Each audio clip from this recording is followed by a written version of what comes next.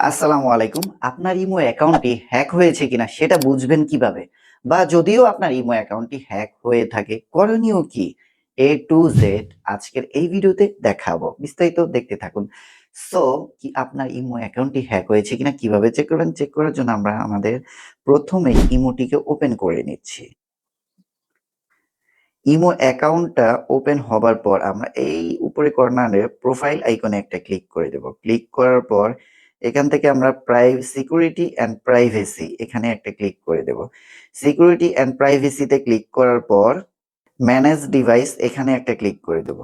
এখানে ক্লিক করার পর আপনাদের অ্যাকাউন্টটি যদি একাধিক ডিভাইস দেখায়, যেমন আমার এখানে ২ টো ডিভাইস দেখাচ্ছে।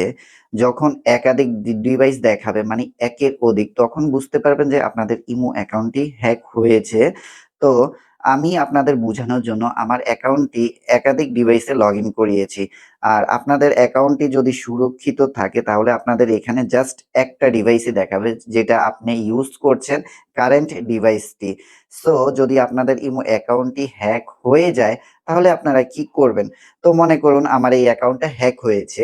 আপনাদের বোঝানোর জন্য আমি ডাবল ডিভাইসে অ্যাকাউন্টটি লগইন করেছি। যদি আপনারা দেখেন আপনাদের ডিভাইসে এরকম একাধিক ডিভাইস দেখায়, আপনারা সাথে, সাথে কি করবেন? এই যে পাশে দেখুন ডিলিট লেখা আছে, এই ডিলিটে একটা ক্লিক করে দিবেন।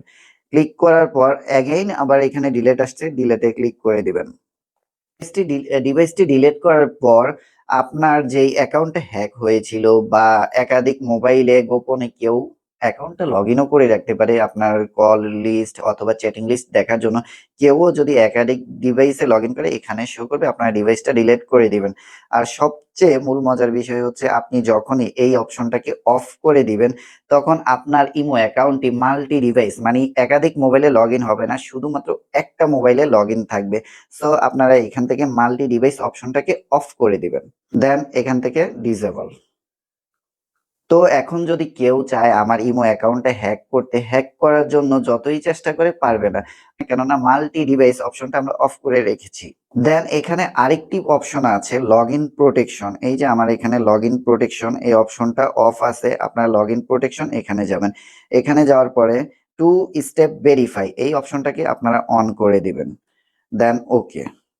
এখন যদি আমার ইমোটা কেউ হ্যাক করতে চায় বা অন্য মোবাইলে লগইন করতে চায়, তখনই টু স্টেপ ভেরিফাই এর জন্য আমার এই ইমোতে একটা ভেরিফাই কোড যাবে। মানে আমার কারেন্ট ডিভাইস যেটা, সেটাতে একটা ভেরিফাই কোড আসবে। কোড যতক্ষণ আমি না দিব, ততক্ষণ আমার অ্যাকাউন্টটা অন্য কোনো ডিভাইসে লগইন করতে পারবে না। সো হ্যাকাররাও হ্যাক করতে পারবে না। সো আমি আশা করি আপনারা যদি এই অপশনগুলো লক্ষ্য করুন এবং সেটআপ করে রাখুন, আপনাদের ইমো কখনোই হ্যাক হবে না। আর যদিও কখনো হ্যাক হয়, তো হ্যাক হলে কি করণীয় সেটা আমি আজকের ভিডিওতে দেখিয়ে দিয়েছি।